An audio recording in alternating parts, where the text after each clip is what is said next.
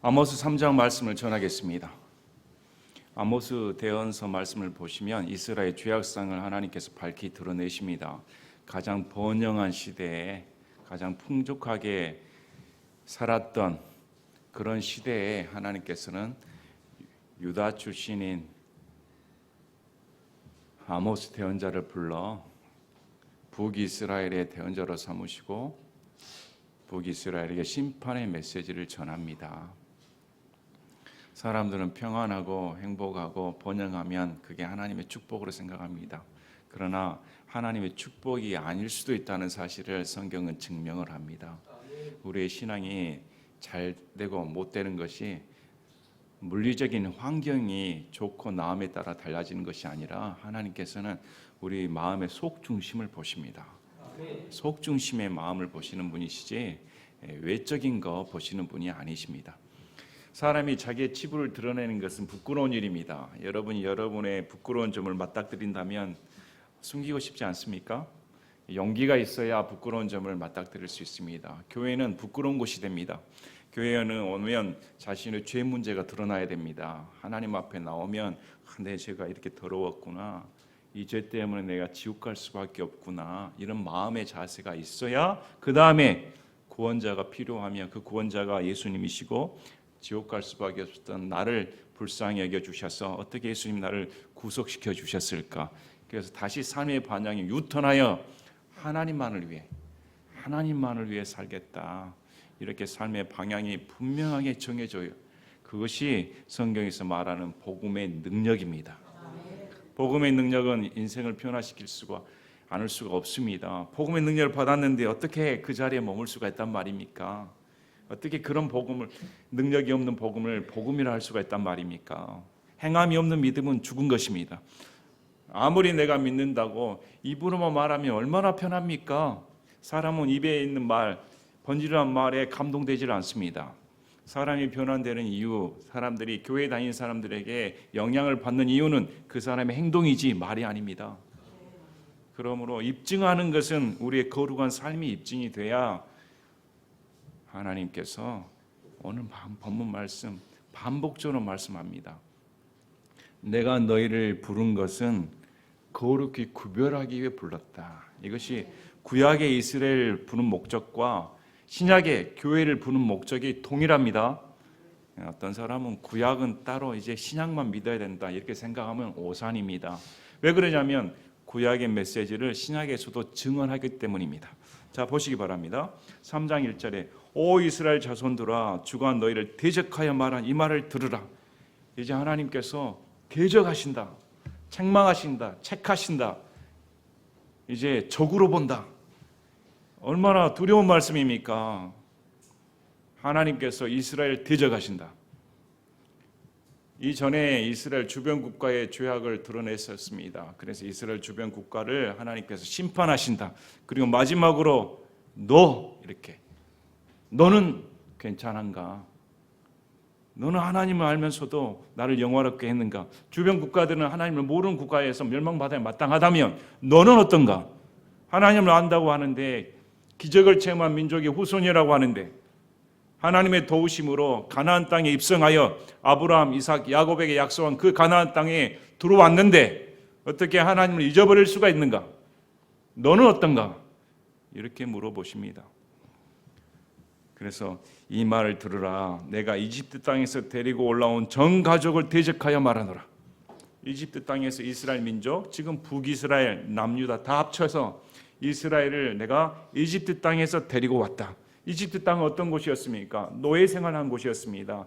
자력으로는 구출받을 수 없는 곳이었습니다. 그러나 하나님께서 모세를 보내주셔서 파라오 앞에, 이집트 백성 앞에 전능하신 하나님이 누구신가 보여주셨습니다. 40년 광야 생활 동안 이스라엘 백성의 먹고 마시는 문제를 다 책임져 주셨습니다. 가나안 땅에서도 도저히 이길 수 없는 거인 같은 족속들을 하나님께서 물리쳐 주셨습니다. 이스라엘 백성들은 그걸 체험한 민족이었습니다. 다른 민족들은 하나님을 체험한 적이 없습니다. 그리고 하나님께서는 말씀하셨습니다. 이 세상의 주 하나님은 이스라엘을 이집트 땅에서 건져내신 나밖에 없다는 것을 너희가 알게 하겠다. 그래서 가나안 땅에 가면 가나안 족속들이 섬기는 이방신들을 다 없애버리는 것입니다. 우상숭배 다 없애버려라. 철저하게 우상숭배라 죄를 멀리하고 하나님을 따르는 법을 지키라고 명령을 내렸습니다. 자, 출애굽기 19장 5절 6절에 그러므로 이제 너희가 참으로 내 목소리에 순종하고 내 언약을 지키면 너희는 내게 모든 백성들보다 뛰어난 특별 소유 보물이 되리니 이는 온 땅이 내 것이기 때문이라. 또 너희는 내게 제사장 왕국이 되며 거룩한 민족이 되리라. 내가 이스라엘 자손에게 구할 말들이 이러하니라. 제사장 왕국으로 삼아 주어서 모든 민족들이 이스라엘 생각하면 이스라엘 하나님이 참 하나님이다, 이걸 드러내도록 내가 너희를 선택했다. 잘나서 선택한 것이 아닙니다. 가장 너희 수가 적기 때문에 너희를 택했다. 그래야 하나님의 영광이 드러날 거 아닙니까? 자기가 잘나서 영광 받았다 하면 하나님께 무슨 영광을 돌리겠습니까? 비천한 민족인 이스라엘 민족을 택하여서 하나님께서 이런 제사장 국가를 삼았다. 특별 소유된 백성이다. 큰 영광을 가져다 주겠다. 이렇게 약속을 했습니다. 그런데 2절 보시기 바랍니다. 내가 땅의 모든 가족들 중에서 너희만을 알았나니 그러므로 내가 너희의 모든 불법들로 인해 너희를 말하리라. 땅의 모든 가족들 중에서 너희만을 알았다. 하나님께서 다른 민족을 모르십니까? 다 아십니다. 온천한 마음을 지으신 하나님께서 다 아시는데 성경에서 알다란 말은 처음 창세기에 아담이 이브랑 동침할 때 쓴 단어입니다. 관계성을 말합니다. 그 정도로 가까웠다. 다른 민족들과 그런 관계성을 맺은 적이 없다. 그러나 이스라엘 백성은 내가 너희가 알도록 서로 아는 관계도 그렇게 깊은 관계 속에 내가 너희를 택해줬다. 이런 은혜를 베풀어 줬다. 이렇게 말합니다. 자, 신명기 7장 6절에 너는 주 네 하나님께 거룩한 백성이니라. 주 네 하나님께서 너를 택하사 자신을 위한 특별 백성, 즉 지면 위의 모든 백성들 위에 있는 백성으로 삼으셨는데 거룩한 백성이다, 이렇게 말씀을 합니다. 그 이유가 레위기 11장 44절 45절에 나옵니다. 나는 주 너희 하나님이라. 그러므로 내가 거룩하니 너희는 너희 자신을 거룩히 구별하여 거룩할지니라. 너희는 땅에서 기어다니는 것, 즉 어떤 형태의 기는 것으로도 너희 자신을 더럽히지 말지니라. 나는 너희 하나님이 되려고 너희를 이집트 땅에서 데리고 올라오는 주니라. 그러므로 내가 거룩하니 너희는 거룩할지니라. 거룩하게 하기 위해 이집트 땅에서 너희를 구별해낸 주 너희 하나님이다. 너희 하나님이 되려고 그렇게 구별했다. 이 말씀이 구약에만 있는 말씀이 아닙니다. 이 구약의 말씀을 누가 사용할까요? 사도 베드로가 말합니다. 사도 베드로가 베드로전서 1장 14, 15, 16절에 이 구약의 말씀을 그대로 인용합니다. 너희는 순종하는 자녀들로서 무지하던 때에 이전 정욕들에 너희 자신을 맞추지 말고 오히려 너희를 부르신 분께서 거룩하신 것 같이 너희도 온갖 종류의 행실에 거룩할지니라. 기록된 바 내가 거룩하니 너희는 거룩할지니라 하였느니라. 성경에서 거룩하다는 의미는 세상과 구별됐다는 말입니다. 하나님이 거룩하신 분이므로 죄와 멀리해야 됩니다. 그것이 구약에도 있는 말씀이고 신약에도 있는 말씀입니다. 둘 다 동일한 말씀입니다. 그래서 구약 따로 신약 따로 없습니다. 이스라엘 백성이 이렇게 하나님으로부터 구출함 받고 거룩한 백성이 되었다면 내가 세상과 단절하고 우상과 단절하고 하나님만 섬겨야 할 텐데 너희가 그러지 아니하였다. 가나안 땅에 가서 우상 척결을 하고 그 풍습을 쫓지 말라 했는데 오히려 가나안 족속에 행하는 것을 본받고 더 그보다 바알 숭배를 하고 우상 숭배를 하고 음란을 쫓고 탐욕하고 가난한 자를 압제하고 하나님께서 명하신 십계명을 다 어기고 너희는 불법을 저질렀다. 다른 민족이 나랑 아는 관계가 아니었다. 너는 나를 아는 관계가 아니었는가? 그런데 너희가 나를 안다고 하면서 이런 짓을 저질렀다. 그래서 내 벌법을 그대로 갚아주겠다. 이렇게 말씀을 합니다.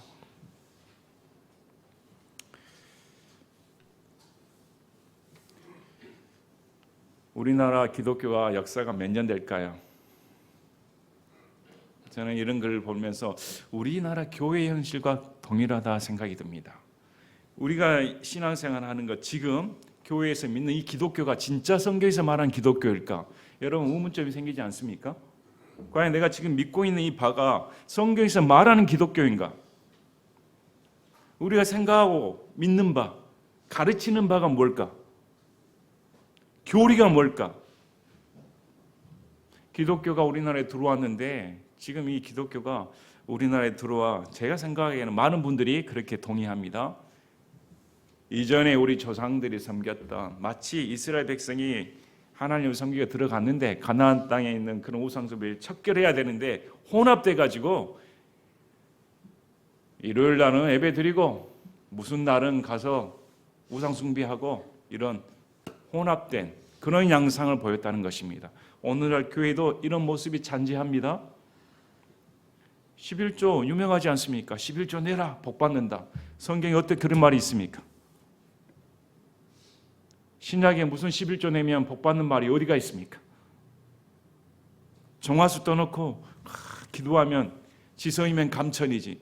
예수님께서 이렇게 분명히 말씀하셨습니다. 너희는 먹는 거, 입는 거, 어디서 살까? 이런 거 구하지 말라. 이런 것은 예수님 믿는 사람이 구하는 것이 아니다. 안 믿는 이방인들을 구하는 것이지 예수님 믿는 사람은 그걸 다 하나님께 맡긴다. 먼저 하나님 역사를 섬겨야 이렇게 말씀을 하십니다. 몇 시간이나 기도하면 하나님이 들어주시지. 그렇습니다. 몇 시간이 기도하는 거 중요합니다. 그런데 중언부언 같은 말을 반복적으로 오늘 말한 것처럼 방언 기도를 계속한다고 해서 그것은 안 믿는 우상 숭배자들이 하는 기도이지 성경에서 하지 말라고 말합니다. 애원 받으러 다니지 말라고 말합니다. 앞날이 무엇인지 알기 위해 은사주의자들 나가가지고 제 앞날은 누구랑 결혼해야 될까요? 제가 어느 학교 가야 될까요? 이런 일이 버젓이 벌어지지 않습니까? 환상을 보면 하나님의 은혜를 받았다. 다 샤머니즘에 빠져버렸습니다. 교회가 아닙니다. 기독교는 그런 걸 가르치는 것이 아닙니다. 기독교는 나를 낳으시는 하나님을 내가 어떻게 더 알아야 될까? 나를 구원해 주신 예수님을 어떻게 더 잘 알려고 할까? 거기에 중점을 둬야 되는데 엉뚱한 곳에 중점을 둡니다. 그러니까 교회에 와가지고 병 고침 못 받으면 병도 못 고치는 하나님이 하나님이야 하고 나가버리지 않습니까? 교회에 오면 다 잘 될 줄 알았는데 왜 내가 망하게 돼? 이건 하나님도 아니다. 나가버리지 않습니까? 이건 기독교가 아닙니다. 그래서 이것은 성경에서 말하는 거룩하고 구별된 게 아니라 기독교가 우리 조상에 있는 샤머니즘과 합하여서 그냥 이대로 들어와 버린 겁니다. 이건 기독교가 아닙니다. 우리 신앙이 그럼 하나님께서 보실 때 난 잘 믿고 있는데 내 믿음은 뜨거운데 이렇게 부르짖는데 그렇습니다. 열정을 가진 건 중요합니다. 그러나 성경은 열정을 하나님께 올바른 방향으로 쏟는 거 있는가 그렇게 봅니다. 이 사람들은 착각하였습니다. 이스라엘 백성들은 우리가 하나님을 잘 믿었으니까 지금 이렇게 번영을 누리고 있다 이렇게 착각하였습니다. 예배도 드리고 있고 하나님께 헌물도 드리고 있습니다. 그런데 하나님께서 그런 헌물 드리지 마라 이렇게 말합니다. 그런 건 난 받지 않는다. 마음을 드리러 와야 되지 왜 겉만 오는가? 아무 소용없다. 우리 호세아 말씀을 통해서 배우지 않았습니까? 그래서 능력이 나타나지는 않습니다. 교회가 능력이 없어져 버렸습니다. 이미 세상과 혼합해 버렸기 때문에 성도라 부를조차 부끄러울 정도로 이게 세상 사람인지 성도인지 세상 사람이 하는 가치관을 갖고 있는지 오히려 성도들이 더 무지합니다. 영적으로 무지하고 말씀에 무지해서 뭐가 죄인지 뭐가 악인지 뭐가 악마 사상인지 어떤 게 마귀 존재인지 구분조차 못 해버립니다. 다 쇠뇌돼 버려가지고 하나님께서는 이스라엘 백성들에게 내가 너희의 모든 불법들로 인해 너희를 벌하겠다. 하나님은 벌하신 분입니다. 넘어가시는 분이 아닙니다. 다 감싸주시고 그래 괜찮아 다 허물을 덮어줄게 아닙니다. 하나님은 죄에 진노하십니다. 특히 믿는 자가 믿는 자답게 못 산다고 하면 하나님은 진노하십니다. 어떤 대가를 치러주고 너를 구원시켜 줬는데 어떤 자기 신의 온 생명을 들여서 구원시켜 주셨는데 그 은혜를 배은망덕하게 짓밟아 버린다면 하나님께서 가만히 계시겠습니까?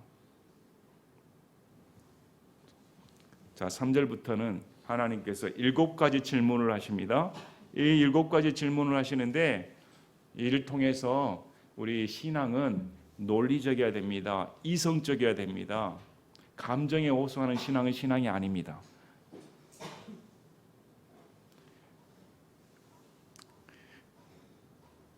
막무가내로 믿기만 해. 닥치고 믿어. 이것은 성경에서 벗어난 신앙입니다.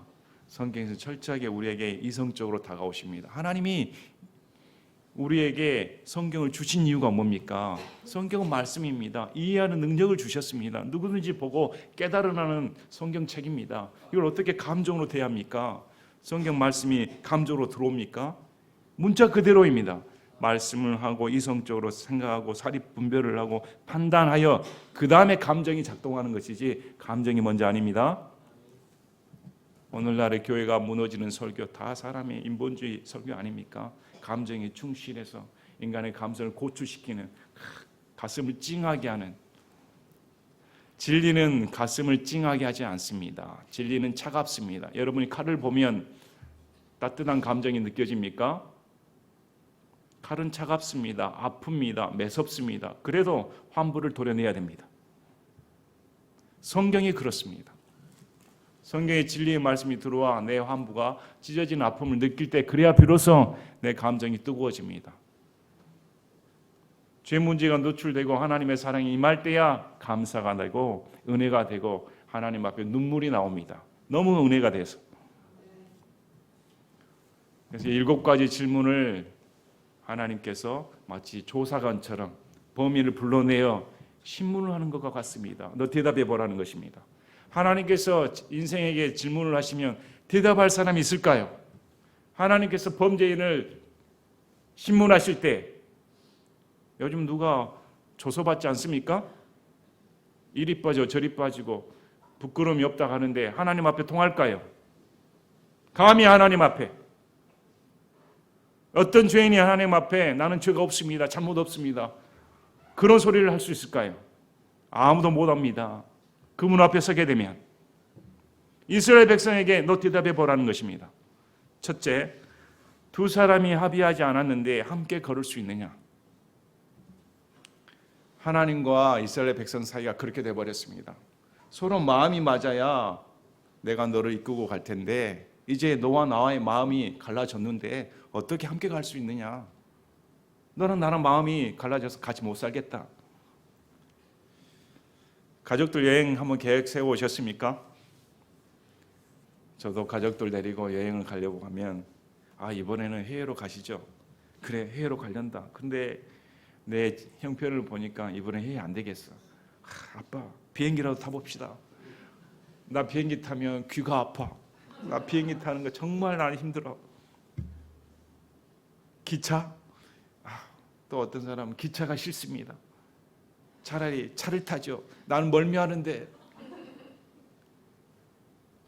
이래저래 여기 가자 저기 가자. 휴가 기간은 다가오는데 잡지를 못해요. 처음에 저 멀리 해외 갔다가 그 다음 제주도 갔다가 그 다음 부산으로 갈까? 그 다음 광주 근방에서 놀자. 마음이 맞아야 해외로 떠나든지 마음이 맞아야 국내 좋은 데로 가야지. 서로 마음이 달리면 함께 여행을 어떻게 갑니까? 두 사람이 마음이 맞아야 같이 하는가. 낯선 사람들하고 가면 마음이 참 불편합니다. 방을 잡아도 서로 따로따로 자는 게 편하지 두 사람이 함께 숙소를 가지고 함께 마음 맞춘다는 게 쉽지 않습니다. 마음이 갈라섰는데 어떻게 함께 가겠는가. 이게 참 가슴 아픈 일 아닙니까? 하나님께서 우리 인생을 보시고 저와 여러분에게 너랑 나랑 마음이 안 맞다. 이제 너랑 나는 같이 못 살겠다. 같이 못 가겠다 하면 어쩔까요? 우리 마음이 어쩔까요? 이제 4절 5절을 보면 먹이와 덫에 대해 나옵니다. 이스라엘이 먹잇감이 되었습니다. 이스라엘이 덫에 걸렸습니다. 여기서 보면 이제 원인 없는 결과는 없다는 것입니다. 하나님의 역사에 의해서 심판이 내려질 때 그 원인이 있는 것이지 결과만 딸랑 나온 게 아니다.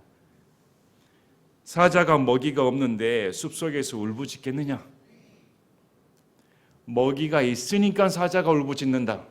너희는 먹잇감이다. 사자처럼 하나님이 울부짖는데 너희는 먹잇감이다. 이유 없이 울부짖을 이유가 없다.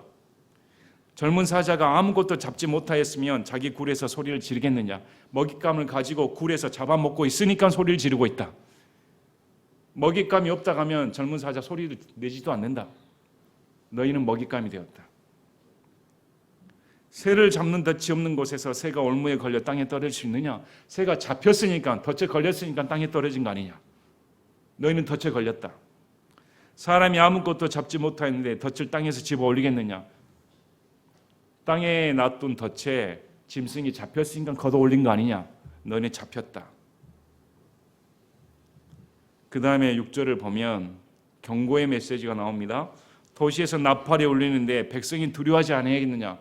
원인 없이 나팔이 울리겠습니까? 경고의 메시지가 울렸습니다. 나팔을 불어 백성들이 전쟁이 일어나는 모양이다. 이렇게 두려워한다. 나팔을 부니까 두려워한 거 아니냐? 그래서 주께서 행하지 아니하셨는데 도시에 해악이 있겠느냐? 도시에 이런 악들이, 이런 심판이 몰려오는 것은 결국 너희의 해악, 원인 때문에 결과인 하나님께서 심판하신다. 이렇게 7가지 질문을 하나님께서 하시면서 너에게 대답해 봐라. 하나님께서 오늘날도 경고의 메시지를 들려주십니다. 그러나 이스라엘 백성처럼 교회도 깨닫지를 못합니다. 우리 스스로도 깨닫지를 못합니다. 나 잘 믿고 있는데, 예수님의 피로 구속받았는데, 나 잘 살고 있는데, 생활은 전혀 없이, 속마음은 전혀 변화 없이, 겉모습만 이렇게 예배드리는 경우가 얼마나 많습니까? 저도 그렇고 저나 여러분이나 다 하나님 앞에 위선자입니다. 드러내지 않고 감추어져 있을 뿐이지, 하나님 앞에 봐버리면 이건 도저히 너무 부끄러운 죄인일 뿐입니다. 하나님께서는 이렇게 7가지 질문을 던지시면서 우리에게 경고의 메시지를 주십니다. 그리고 7절에 분명히 주 하나님께서는 자신의 은밀한 일을 자신의 종 대언자들에게 계시하지 아니하시고는 아무것도 행하지 아니하시느니라. 이 7절 말씀은 지금 하나님께서 북이스라엘 심판하시는데 호세아, 아모스 이런 대언자들 통해 경고의 메시지를 내리고 있다. 그리고 심판하겠다. 이것이 하나님의 은혜입니다. 경고의 메시지 없이 그냥 심판하신 것이 아닙니다. 참으시다가 도저히 너희 상태가 안 되겠다 하고 심판하시는데, 또 이 구조를 오용해가지고 은사주의자들은 이거 봐라, 하나님께서는 앞날에 대해 이렇게 예언하신다. 여러분, 코로나 예언한 대언자 있습니까?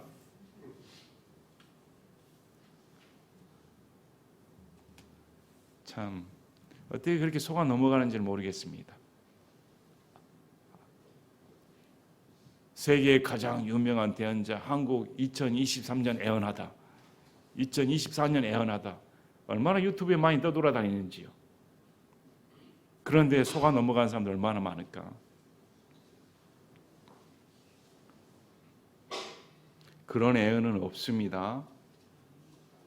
성경의 말씀 보시기 바랍니다. 요한계시록이 끝나버렸습니다. 요한계시록에 앞으로 인류가 어떻게 될 것인가 하나님께서는 이 대언의 말씀을 통해 다 가르쳐 주셨습니다. 대언의 말씀에 충실해야 되지, 내일 누구를 만날까요? 모레는 누구를 만날까요? 그 신앙은 거의 미쳐 돌아가는 수준 돼버립니다. 참 불행한 신앙으로 빠져버립니다. 이 말씀은 지금 구약의 말씀입니다. 구약의 대언자를 통해 하나님께서 심판하실 텐데 그런 경고의 메시지를 날리지 않고 내가 심판한 적이 없다. 또 신약 성도들에게 마찬가지입니다. 요한계시를 통해 앞으로 인류가 이렇게 경고를 받는다. 7년 환난 동안 수많은 사람들이 적그리스도를 따르게 되고 배신하게 돼 있다. 다 지옥 간다. 그리고 우리가 보는 하늘과 땅, 우주 만물은 다 원수의 원수까지 다 태워버리고 없애버린다. 이것이 경고의 메시지입니다. 그래서 지금 예수님을 믿어야 된다. 자, 8절에 사자가 울부짖는데 누가 두려워하지 아니겠느냐? 하나님께서 말씀하셨는데 누가 대언하지 아니할 수 있느냐? 하나님께서 사자처럼 울부짖습니다. 사자가 울부짖으면 먹잇감이 된 저와 여러분이 만약에 사자 앞에 섰다면 얼어버릴 겁니다. 두려워서 벌벌 떨 겁니다. 누가 두려워하지 않겠는가? 이처럼 하나님께서 진노하시는데 누가 대언하지 않을 수 있겠는가? 아모스 대언자를 통해 이렇게 외칩니다. 그러므로 저와 여러분도 부지런히 전도해야 됩니다. 오늘 죽으면 예수 안 믿으면 지옥 갑니다. 오늘 믿어야 됩니다. 당신의 인생이 예수님을 안 믿으면 당신의 죄 때문에 우리 발밑에 있는 지옥으로 떨어지게 되어 있습니다. 예수님만이 우리의 구원자입니다. 이렇게 외쳐야 됩니다. 우리 교회 성도들 다 전도하시길 바랍니다. 전도는 우리의 믿음을 확고하게 해줍니다. 왜? 내가 자신이 없으면 전도할 수가 없습니다. 내 신앙이 다른 사람들을 보았을 때 떳떳하지 못하면 어떻게 전도합니까? 자기 신앙을 엉망으로 하고 자기 생활을 엉망으로 하면서 전도하라 하면 누가 씨알이나 맥히겠습니까? 너나 믿으라 하지. 그러나 행동이 주 안에서 바르고 누구보다 열심히 직장 생활도 열심히 하고 모범스럽게 하고 더 희생하고 하나님 믿는 자녀답게 손해보고 하나님을 두려워하고 죄의 자리에 앉지 아니하고 그런 사람이 마음의 확신을 갖고 전도할 수가 있습니다. 그래서 전도는 우리와 여러분의 신앙을 확고해 주는 참 좋은 도구가 될 수 있습니다. 자, 9절에 아스돗의 궁궐들과 이집트 왕의 궁궐들에서 널리 알려 이르기를 너희는 사마리아 산들에 집결해서 그곳의 한가운데 있는 큰 소돔과 그곳의 한가운데 있는 압제당하는 자들을 보라 하라. 이제 아스돗의 궁궐들과 이집트 왕의 궁궐들에게 말합니다. 아스돗의 궁궐들은 어디입니까? 팔레스타인입니다. 블레셋입니다. 이집트 땅의 궁궐들은 어디입니까? 이스라엘이 노예 생활했던 곳입니다. 이 두 나라는 대표적으로 이스라엘을 압제했던 나라입니다. 이스라엘이 압제했던 그 나라들이 이스라엘이 얼마나 원망했을까요? 얼마나 이스라엘이 미워했을까요? 그런데 하나님께서 어떻게 말씀합니까? 너희들을 압제했던 너희들이 원수로 여겼던 그 두 나라를 데리고 와가지고 너희를 보게 하겠다.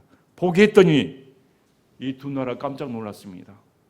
하나님 믿는다고 하는데 이 백성들이 자기들보다 더 악한 짓을 하는 것입니다. 소동이 일어나고 압제하고 하나님께서 이것을 까발리겠다. 다른 나라의 수치거리를 보여주겠다는 것입니다. 너희가 이 정도의 형편을 가지고 있다. 다른 나라 비방할 필요가 없다는 것입니다. 이집트 우상숭배 비방할 필요가 없다는 것입니다. 블레셋의 그 우상숭배 비방할 필요 없다는 것입니다. 너희가 더한다. 하나님께서는 때로 이렇게 들춰내버리십니다. 오늘날 교회 보시길 바랍니다. 사회에 드러나지 않습니까? 교회의 추한 면들, 목사의 치정, 부패, 돈 문제, 탐욕 문제, 권력 다툼, 또 승계 문제. 세상에서도 기업들이 우리는 세습 안 하겠습니다. 이렇게 하는 마당에 어떻게 교회에서 세습을 합니까? 무슨 세상의 빛과 소금이 되겠습니까? 우리 마태복음 5장 14, 15, 16절에 너희는 세상의 빛이니라 산 위에 세워진 도시는 숨겨질 수 없느니라 사람들이 등잔불을 켜서 통 안에 두지 아니하고 등장대 위에 두나니 그러면 그것이 집안의 모든 자들에게 빛을 주느니라 이와 같이 너희 빛을 사람들 앞에 비추어 그들이 너희의 선한 행위를 보고 하늘에 계신 너희 아버지께 영광을 돌리게 하라. 빛과 소금으로서 우리의 선한 행위를 통해 하나님께 영광을 돌려라. 그런데 교회가 그럴까? 세상에 걱정해주고 있지 않습니까? 세상에 교회하면 세상의 빛과 소금, 야 교회는 거룩한 것, 죄를 멀리하는 것, 교회는 깨끗한 것, 야 하나님을 두려워하는 것 이렇게 인식한 것이 아니라 교회하면 야 무슨 교회? 날마다 돈잔치하는 그곳, 죄는 다 짓고 하나님께 용서해 줬으니까 뻔뻔스럽게 죄를 무마시켜버리는 곳. 여러분 행위가 드러나지 않는 복음이 사람에게 감동을 줄 수 있습니까? 세상 사람들은 믿는 사람들의 도덕적인 행위를 높게 평가합니다. 높기를 원합니다. 그런데 세상 수준이고 세상 수준 이하의 사람을 산다고 하면, 아무리 그 사람의 복음을 믿는다고 하면 안 믿는 자들에게 큰 감동이 오겠습니까? 그런 사람들이 변화될 만한 영향력을 끼칠 수가 있겠습니까? 그런 복음이 어떻게 복음이라고 할 수가 있습니까? 예수님 믿는 사람은 달라져야 됩니다. 예수님 믿는 사람은 이런 치부가 바깥에 뉴스거리가 되고 교회를 이렇게 부끄럽게 하는, 세상의 잣대로 봤을 때 세상 사람도 안 하던 짓을 그렇게 해대는구나, 놀림거리가 되는, 오늘 본 말씀하고 동일합니다. 이스라엘 백성들이 그렇게 놀림거리 친 것처럼 너희들이 잘났다고 하는데 비방하는 너희들이 더 악하다, 이렇게 봅니다. 저와 여러분 어떻게 신앙생활을 해야겠습니까? 저와 여러분은 어떻게 마음 자세를 가져야겠습니까? 저와 여러분이 세상 가운데 나오면 탁 비쳤을 때 과연 세상 사람들보다 더 도덕적이라고 할 수 있습니까? 더 선한 행위를 하고 있다고 할 수 있을 수가 있습니까? 이 가치관이 더 낫다고 할 수 있을까요? 일제시대에는 일제에 항거한 것이 기독교입니다. 6.25 때는 공산권에 항거한 곳이 기독교입니다. 그럼 그 시대에 가서 기독교는 정치 얘기를 한 곳이 아닙니다. 기독교는 반일투쟁한 곳이 아닙니다. 기독교는 반공운동한 곳이 아닙니다. 기독교는 복음을 전한 것입니다. 이렇게 말을 하면 몰매 맞아 죽을 짓 아닙니까? 어떻게 기독교인을 할 수가 있습니까? 예수님 믿는 사람은 그런 가치관 하나 없다는 것이. 그러니까 교회에 좌파 목사가 나타나고 사회주의 운동을 하게 되고 동성애를 찬성하고, 그래도 그가 죄인지도 모르고 양심이 마비가 되어 무엇이 하나님 앞에 바르게 사는지조차 구분조차 못하는 이 시대가 하나님의 심판대 앞에 서 있다. 우리 베드로전서 4장 16, 17절에 그럼에도 어떤 사람이 그리스도인으로 고난받으면 그는 부끄러워하지 말고 도리어 그 일로 인해 하나님께 영광을 돌리라. 이는 반드시 하나님의 집에서 심판을 시작할 때가 왔기 때문이라. 만일 그 일이 우리에게서 먼저 시작된다면 하나님의 복음에 순종하지 않은 자들의 마지막은 어떠하겠느냐? 심판이 어디서 먼저 시작합니까? 하나님의 집에서. 믿는 자들에게 먼저 심판합니다. 불순종한 자는 어떻게 되겠느냐? 볼 필요도 없다. 예수님 똑바로 믿어야 됩니다. 하나님을 두려워해야 됩니다. 정말 하나님을 두려워해야 됩니다. 하나님을 아는 것이 무엇인가? 자, 10절에 자기 궁궐의 폭력과 강탈을 쌓는 자들은 바르게 행할 줄을 알지 못하느니라. 주가 말하노라. 화려하게 궁궐을 꾸며놓고 호의호식 하는데 너희들은 바르게 행할 줄 모른다.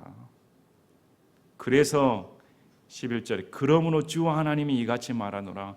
그 땅의 사방에 한 대적이 있어 그가 내 힘을 내게서 빼앗아 쇠하게 하며 내 궁궐들을 노력하리라. 힘 자랑하는데, 이렇게 부강하다고 하는데 하나님께서 대적을 세워 너희 궁궐을 멸망시키고 너희 자랑하는 힘을 쇠하게 해버리겠다.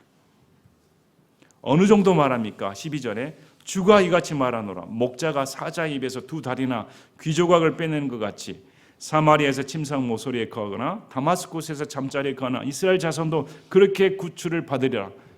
하나님께서 맹렬한 심판을 이렇게 말합니다. 사자가 양을 삼켜 먹으랬습니다. 그래서 목자가 구출하러 갔더니 나온 게 귀나 뼈다귀 몇 조각, 형체는 다 사라져버리고. 이 말씀은 무슨 말씀일까요? 이스라엘 이렇게 심판하는데 아예 갈기각이 찢어져 버린다. 그리고 구출하는 자가 몇 남지 않는다. 구출자가 몇 남지 않는데 여기에는 의미가 있습니다. 이렇게 해석하기도 합니다. 하나님께서 다 멸하지 아니하시고 남겨두신다. 우리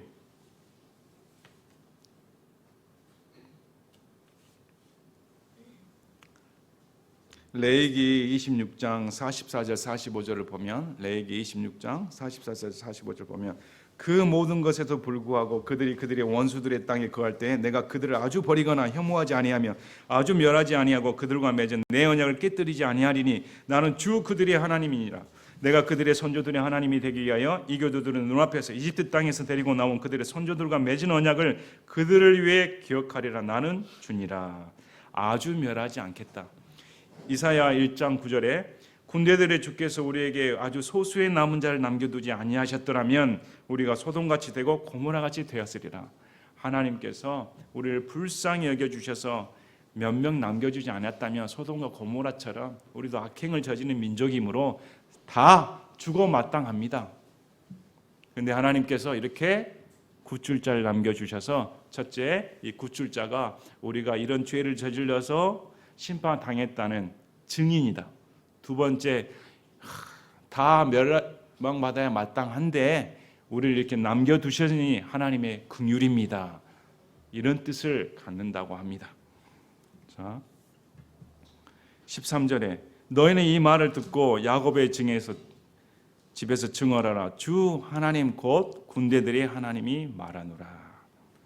자, 이 말을 듣고 대언서의 말을 듣고 대언자들의 말을 듣고 다 이렇게 선포해라. 선포하는데 듣습니까? 배가 부른데 잘 믿고 있다고 생각하는데 양심이 마비돼 버렸는데 이 정도 신앙이면 하나님께 인정받는다고 생각하는데 들을 기도 없습니다. 그러나 하나님께서는 계속 대언자를 통해 이렇게 외치시는 것입니다. 즉 내가 이스라엘 범법들을 그에게 벌하는 날에 베델의 제단들도 벌하며 그 제단의 뿔들을 꺾어 땅바닥에 쓰러뜨리고 이스라엘 범법들을 반드시 멸하는 그날이 있습니다. 그날에는 금송아지 우상 숭배하는 베델의 단을 내가 무너뜨려 버리겠다. 그리고 제단에 뿔이 있는데 이것은 긍휼의 상징입니다. 뿔 잡고 살려달라고 외치는 곳입니다. 근데 그것도 내가 다 멸해버리겠다. 없애버리겠다. 또 겨울집과 여름집을 치리니 당시 왕들은 겨울 궁전, 여름 궁전을 또 부자들이 그렇게 했습니다. 난방이 잘 되었겠습니까? 그래서 따뜻한 곳 찾아가서 집들을 마련해 놓았습니다. 또 상하집들, 부자들은 여러 집들을 가지고 있었습니다. 이렇게 너희 집들을 내가 결단나게 해 주겠다. 주가 말하노라. 반드시 심판하겠다.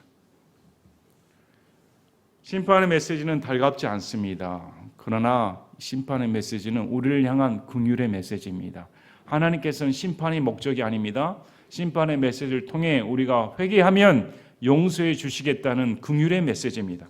그래서 에스겔 33장 11절에 그들에게 이르기를 주 하나님께서 말씀하시느니라 내가 살아있음을 두고 맹세하노니 나는 사악한 자가 죽는 것을 기뻐하지 아니하며 오히려 그 사악한 자가 자기 길을 버리고 돌아서서 사는 것을 기뻐하노라. 오 이스라엘 집아 너희는 돌아서라. 너희는 너희 악한 길들을 버리고 돌아서라. 너희가 어찌하여 죽으려고 하느냐 하라. 하나님께서는 사악한 자가 죽는 것을 기뻐하지 않으십니다. 그가 돌이켜서 하나님 앞에 회개하고 나온 걸 원하시지. 왜 너희들이 회개하지 않고 죽으려고 하느냐. 돌아서라 이렇게 간곡하게 외치십니다. 오늘 말씀을 통해 여러분은 어떤 생각이 드십니까? 오늘 말씀을 통해 현재 교회의 상황에 대해 어떤 우리가 경각심을 가져야 할까요? 하나님께서는 현재 우리 교회를 보셨을 때 어떤 눈으로 시선으로 바라보고 계실까요? 과연 우리가 하나님을 안다고 할 수 있을까? 내가 하나님을 섬긴다고 할 수 있을까? 하나님이 아신 바 되었는데 나는 어떤 행동으로 드러나고 있는가? 어떤 마음가짐으로 하나님을 따르고 있는가? 세상과 구별되지 않고 세상과 똑같은 짓을 저지르고 있지 않은가? 교회만 오면 전혀 다른 사람처럼 변해 있지 않은가? 교회 밖으로 가면 세상 사람인지 예수님 믿는 사람 전혀 구분 없이 살다가 여기만 오면 딱 변화되네. 가정폭력을 휘두르는 사람이 장로라 하고 교회에 와서는 거룩한 척하고 목사가 간음을 저지르면서 전혀 뻔뻔스럽게 와서 설교를 하고 성도들끼리 음행을 저지르면서 돈을 갈취하면서 전혀 아닌 것처럼 그런 일이 비일버지 벌어진 것이 교회 아닙니까? 그러면서도 예수님의 은혜, 더 심판받는다. 복음은 그런 것이 아닙니다. 전에 한 형제가 저에게 질문을 했습니다. 저는 예수님을 믿는다고 고백하는데 만약에 다른 사람들이 지옥에 간 두려움이 없다 하면 구원받은 사람입니까? 아닙니다. 어떻게 구원받은 사람이 지옥에 대한 두려움이 없을 수가 있단 말입니까? 지옥에 대한 두려움 없이 어떻게 구원을 받을 수가 있단 말입니까? 예수님께서 오신 목적이 뭔데? 지옥 가지 말아라. 너희를 지옥에 보내지 않기 위해 예수님께서 오셨는데 죄책감을 멸하기 위해 오신 분이 아닙니다. 우리의 죄책감만을 없애기 위해 오신 분이 아닙니다. 그건 복음이 아닙니다. 예수님 믿으면 더 죄책감이 생깁니다. 더 죄에 민감하게 됩니다. 어떻게 예수님을 알았는데 죄에 둔감할 수가 있단 말입니까? 예수님 잘 믿으시길 바랍니다. 그분이 나를 위해 흘리셨다. 피를 흘리셨다. 이런 오늘 말씀을 통해서도 정말 우리가 경각심을 가지고 정말 심판이 남지 않았구나. 현재의 세계가 돌아가는 정세, 우리 삶의 앞날을 보면 글쎄 10년, 20년, 30년 얼마나 지속될지 모르겠습니다. 그러나 이 세상의 정세들이 다 하나님을 대적하는 방향으로, 악을 행하는 방향으로 진행되는 이 마당에 마지막 시대에 사는 우리로서는 마음의 경각심을 가지고 어떻게 하면 하나님 앞에 마음을 겸비해서 살까? 분명한 신앙의 방향을 잡는 저와 여러분이 되시기를 진심으로 바랍니다. 제가 기도하고 마치겠습니다.